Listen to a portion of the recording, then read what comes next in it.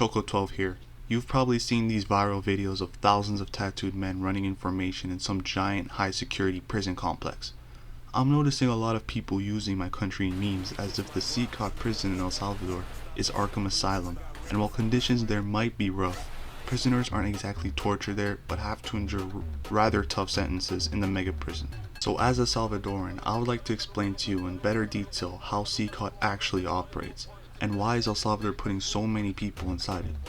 To start, CCOT, or the Terrorist Confinement Center, is a mega prison built in 2023 in the Salvadoran countryside to imprison gang members from gangs such as MS-13 or Calle 18. This is all started back during the country's tumultuous civil war, which my own family was a part of. Millions of people were displaced from the years of fighting between the US-backed military government and FMLN forces. A lot of these displaced Salvadorans fled to the United States, or more specifically Los Angeles, Cali, where many neighborhoods became heavily populated with Salvadorans during the 80s and 90s.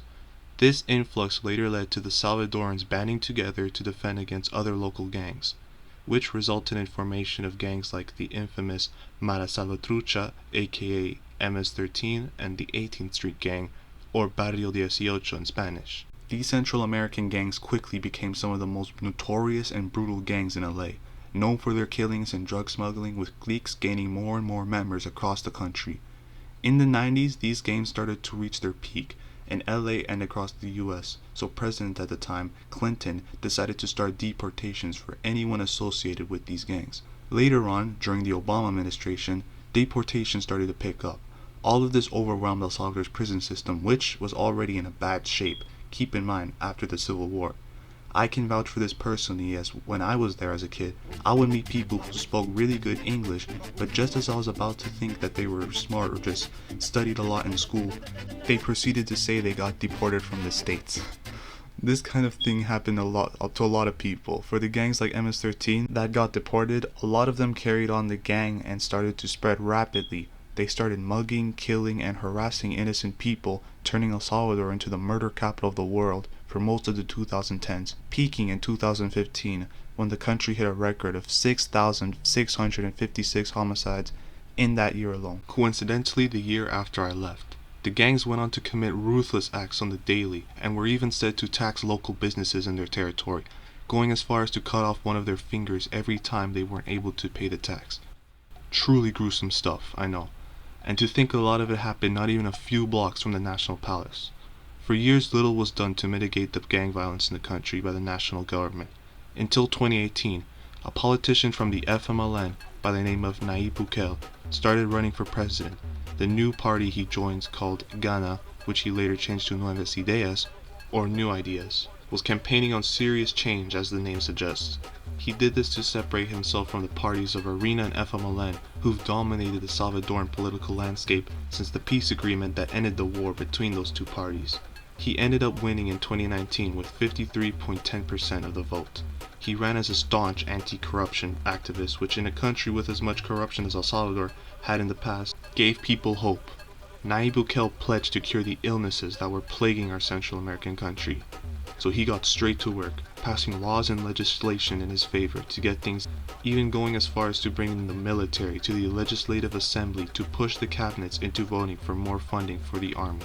He got serious backlash from people and organizations. He went on to fulfill his plan of combating the gangs that ran entire neighborhoods or colonias in the capital, San Salvador, and elsewhere by the time he got into office. At this point, the gangs had spread from El Salvador to its neighboring countries, Guatemala and Honduras, and the homicides per capita were at an all-time high, thus giving El Salvador the title of the murder capital of the world. To start off, Bukele introduced new legislation along with the extra funding for national police and military forces. He brought in the state of exception, which is a legal mechanism that is outlined in the Salvadoran Constitution, allowing the government to temporarily suspend people's rights, kinda like a state of emergency in the United States. This allowed Bukele to use the country's military to an insane extent, sending them into suspected gang members' homes and taking anyone thought to be affiliated with the gangs like MS-13 and Calle 18 by identifying their unique tattoos. This meant that if the police suspected you were affiliated and lived in a neighborhood controlled by the gangs, all it takes is a single tattoo for them to throw you in the back of a patrol vehicle then have you shipped off to the terrorist confinement center, which is the massive prison complex I spoke about earlier. I remember when they started work on the prison after Nayib Bukele announced its construction in 2023. I never thought the facility will gain this much attention worldwide for the fact that it is the biggest prison in the world, encasing a whopping 40,000 prisoners. This, combined with El Salvador's overall prison population, makes it one of the countries with the highest incarceration rates in the world. The country of 6.3 million people has almost 2% of its entire population behind bars. The prison gained even more attention when Trump earlier this year started sending detainees to the facility through unlawful processes after Bukele told them that they were willing to accept them, which in my opinion seems dumb, but I guess he is just trying to get into Trump's good graces by not only significantly reducing the number of Salvadorans at the US border, but also accepting US detainees. After all, it was the US sending weapons and meddling in El Salvador's affairs during the Civil War in the 80s that led to this massive influx in illegal crossings in the first place. But hey, I guess it's just easier to judge circumstances based on face value rather than diving deeper. As of now, conditions in the maximum security prison are obviously very bleak, with prisoners sleeping on metal surfaces as they aren't allowed to have mattresses.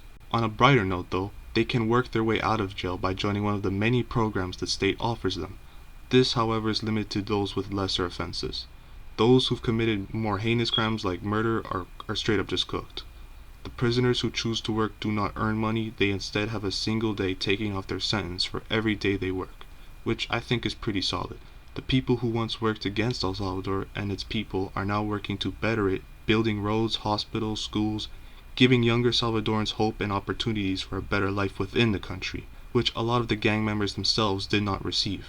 Things will get better from here on out, and the gang's members themselves and the people will be able to prosper without the threat of violence on every block. This means a lot to me, as I've had relatives who were involved in these kind of things and have met tragic ends. Those sad times will not stop the country of El Salvador from moving forward down the path of prosperity for its great people.